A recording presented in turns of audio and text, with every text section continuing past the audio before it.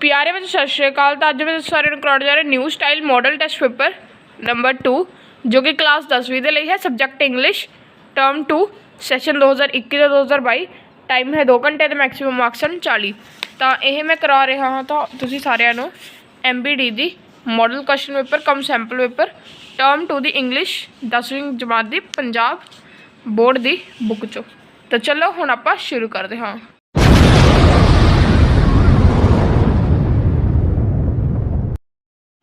Section A reading skills. पहला प्रश्न see the poster carefully and answer the following question. सब तो पहले अपने ये पोस्टर नो चंगी तरह देखना है। Malaria linked deaths India recorded a 20% reduction in malaria cases in till September 2018. India reported 2,76,488. Malaria deaths declined to 29 in 2018. India accounts for 4% of 15 countries in sub-Saharan Africa and India carried almost 80% of the globally an estimated 219 million cases. पहला प्रश्न India recorded dash in the year between 2016 and 2017 तो इसमें malaria cases. दूजा India malaria cases recording 4% of the dash तो इसमें global. चौथा choose the option that list the statement which is true. तो इतने इस ऑप्शन दिते गए हैं। अब इस प्रश्न छड़ के अगला करते हाँ। चौथा प्रश्न according to health ministries report around dash cases of malaria reported in India in September 2018 तो इसका उत्तर है 2,76,488। Okay how many cases have been estimated all over the world तो इसका उत्तर है 219 मिलियन केसेस। अगे section B English text book तो इस आपने इन्हों के आंसर देने हैं जो इतने प्रश्न लिखे गए हैं। दूजे प्रश्न का पहला part how did Patrick's aunt behave on learning about the loss of his book तो इस the aunt called Patrick a country lout she said that he couldn't buy him new books 5 times a month। दूजा प्रश्न who did the gods go to in desperation तो इस the god went to Lord Vishnu. They wanted to know the way to defeat the demons. Tija, write a few words on the happy family of the sun. The sun has its planets and its planets have their satellites. All these form a happy family. They are called the solar system. Solar means belonging to the sun. The sun is the father of all the planets. Therefore, the whole group is called the solar system. Again, चौथा प्रश्न we should be a judicious mixture of both. What does the writer mean by this statement? So that there can neither be complete social liberty nor complete individual liberty. There must be a judicious mixture of both. पंजवा प्रश्न what does Lord Rama's meeting with a Bhil woman and eating the tasted berries show? तो इसका उत्तर है it shows that in ancient India there was never any discrimination on the basis of caste, creed or profession.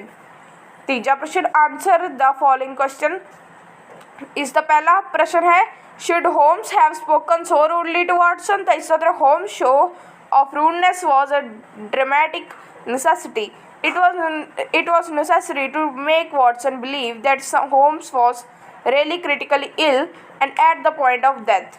Duja, what did the devil decide when he heard Peckham's musings? So the devil decided to give Peckham enough land, and by means of that land, he decided to get Peckham into his power. Tija, what did Sausage dig out? Did he know what he had caught hold of when he was inside the water? Why? तो इसका उत्तर है he dug out an old tin box but he did not know what it was. He had weak eyesight and could not see properly without his glasses. चौथा प्रश्न why did Watson not come back with Smith? तो इसका उत्तर Watson did not came back with Smith because Holmes had asked him to do so. Watson pretended that he had some other appointment. चौथा attempt the following. ਤਾਂ ਇਸ ਦੇ ਵਿੱਚ ਆਪਾਂ ਨੂੰ 2 option ਦਿੱਤੇ ਗਏ ਹਨ, ਆਪਾਂ ਨੇ ਇੱਕ ਕਰਨਾ ਹੈ, ਪਰ ਮੈਂ ਤਾਂ ਵੀ ਤੁਹਾਨੂੰ ਦੋਨੋਂ ਹੀ ਕਰਕੇ ਦਿਖਾਵਾਂਗਾ। ਤਾਂ ਇੱਕ ਮੈਂ ਇੱਥੇ ਕਰ ਰਿਹਾ, ਇੱਕ ਮੈਂ ਬੁੱਕ ਦੇ ਉੱਤੇ ਕਰਾ ਦੇਵਾਂਗਾ ਉਸ ਦੇ ਉੱਤੇ। ਤਾਂ why does Razia the tigress live alone. ਤਾਂ ਇਸ ਤੋਂ Razia the tigress used to live with her mate Sheru, but soon after the birth of her 2 cubs Sheru left her. he has not come back, that is why Razia is living alone with her cubs। ਤਾਂ Razia the tigers ਵਾਲਾ ਹੋ ਚੁੱਕਾ ਹੈ। ਇਸ ਤੋਂ ਨੀਚੇ read the following stanza and answer any 2 questions। where the mind is without fear and the head is held high, where knowledge is free, where the world has not been broken up into fragments by narrow domestic walls। पहला name the poem and the poet। poem का नाम है where the mind is without fear, poet का नाम है रविंद्रनाथ टैगोर। दूजा what kind of life does the poet want for his people। तो इसका उत्तर है the poet want people to live life of self respect with no fear in their heart।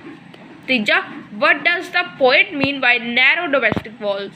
तो इसका उत्तर है these are the barriers of caste, creed, color and religion। section C vocabulary। first fill in the blank choosing the correct word। she dash to me off and on। Rights या rights देखो बोलन विच तो दोनों same हैं, पर right जो इत्थे right वाला हुंदा है कि WRITE ਉਹ सही स्पैलिंग ਹੁੰਦੇ ਨੇ राइट ਦੇ, ਤਾਂ ਇਹ वाला सही है। ਇੱਥੇ ਆਪਾਂ ਲਿਖਾਂਗੇ WRITES राइट्स। दूजा use the given item in a sentence. Tooth and nail. तो इसका जाएगा we shall oppose corruption tooth and nails. Section D translation grammar and composition. तो 6वें प्रश्न का A part translate any 2 of the following sentences into Punjabi और हिंदी। पहला the boys were puzzled for a moment. तो इसका उत्तर है लड़के एक पल लिए हैरान हो गए। दूजा the sun and the planets with their satellites form a happy family. तो इसका सूरज ਅਤੇ ਆਪਣੇ उपग्रह वाले ग्रह एक खुशहाल परिवार बनाते हैं। तीजा you may not think so. तुसी शायद ਇਹ ਜਾਂ ਨਾ सोचो। आगे है B translate any 2 of the following sentences into English. तो मेरे लिए पानी का गिलास मंगाओ। इस अदर ask for a glass of water for me. दूजा अपने काम नाल मतलब रखो। तो इसका उत्तर है माइंड योर ओन बिजनेस। तीजा अफसोस भारत मैच हार गया। तो इसका sorry India lost the match. अगे 7th डू एज डायरेक्टेड। पहला fill in the blank using a suitable modal from the bracket. He said I dash use his telephone. Might या can. तो इसका उत्तर कैन। दूजा fill in the blank using suitable sentence. Correct dash it is raining heavily I can not go out to play. Since it is raining heavily I can not go out to play. तीजा change the following into indirect speech. Rashmi says I am doing my homework. तो इसका आएगा Rashmi says that she is doing her notebook के उत्ते homework आएगा। मैंने इतने notebook लिख दिता पर इतने आएगा होमवर्क। अगे चौथा rewrite the following sentence using past indefinite tense. He helps his father. तो इसका आएगा ही हेल्प्ड हिज फादर। पंजवा punctuate the following sentence we bought apples oranges peaches and bananas. तो सब तो पहले तो उन्हें W नू वड्डा कर देना है, यानी फर्स्ट लैटर जो साडा हमेशा ही वड्डा होंदा है।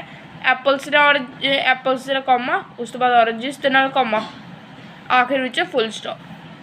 अगे 8वां प्रश्न right a paragraph on any 1 topic using the following given hints. तो देखो जो पैराग्राफ हैं जे मैं इसे वीडियो में पैराग्राफ करा देवांगा तो यह वीडियो बहुत ही ज़्यादा लंबी हो जाएगी। और एवें ही नीचे जो दिते गए हैं लैटर वो भी जे मैं करा देवांगा तो उस दे नाल भी वीडियो लंबी हो जाएगी। तो इसलिए मैं यह तो किसी होर वीडियो करा देवांगा। 10वां प्रश्न है marks for good hand writing 2 जो कि दिते गए हैं। जे तो पूरे पेपर में गुड हैंड राइटिंग की होगी तो 2 एक्स्ट्रा मार्क्स मिलणगे इस प्रश्न के।